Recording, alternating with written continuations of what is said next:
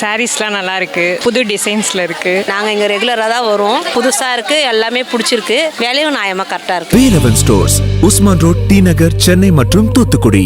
தமிழர் ஆட்சி பார்த்துட்டு இருக்க எல்லாருக்குமே வணக்கம். நாம் தமிழர் கட்சி இந்த வாட்டி புது வியூகத்தை கையில் எடுக்க இருக்காங்க அப்படின்ற மாதிரியான விஷயங்கள்லாம் வெளியே வந்திருக்கு. அதில் முக்கியமாக இந்த வாட்டி நாம் தமிழர் கட்சி முக்கியமான விஷயங்களை செய்ய போகிறாங்களாம். அதில் ஃபர்ஸ்ட் விஷயம் என்ன அப்படின்னு பார்த்தீங்கன்னா மாநாடுகள். அடுத்த மாதம் 3 மாநாடுகள் சீமானவர்கள் பண்ண போகிறாங்க. ஒன்று தண்ணீர் மாநாடு, இன்னொன்று கடலம்மா மாநாடு, இன்னொன்று மாவீரர் நாள். இந்த பெரிய 3 மாநாடுகளை சீமானவர்கள் நடத்த போகிறாங்க அப்படின்றது ஒன்று இருக்குது. அது மட்டும் இல்லாமல் பிப்ரவரி 7ஆம் தேதி அறிவிக்க இருக்கிற மாநாட்டை இப்போவே அறிவிச்சிட்டாரு. அது நடக்கவிருக்கிற மாநாடு போய் அறிவிச்சிட்டாரு. அதுல சீமானவர்கள் சொல்லும்போது மக்களின் மாநாடா இது இருக்கும் அப்படின்ற மாதிரியான விஷயங்களை அறிவிச்சிருக்காரு. முதல் முறையா மக்களின் மாநாடு அப்படின்னு சொல்லிட்டு சீமானவர்கள் அறிவிச்சது மட்டும் இல்லாம 234 பேருமே அதே மேடையில அறிமுகப்படுத்த போறாரு சீமானவர்கள் அப்படின்ற மாதிரியான விஷயங்கள் சொல்லப்பட்டிருக்கு. அது மட்டும் இல்லாம இந்த வாட்டி நாம் தமிழர் கட்சியில இருந்து மட்டுமே வேட்பாளர்கள் இல்லை அப்படின்ற மாதிரி யாரெல்லாம் தமிழ் தேசியம் விரும்பி வராங்களோ அவங்க எல்லாருக்குமே இந்த வாட்டி வாய்ப்புகள் இருக்கு அப்படின்னு சொல்லிட்டு சீமானவர்கள் சொல்லியிருக்காங்க.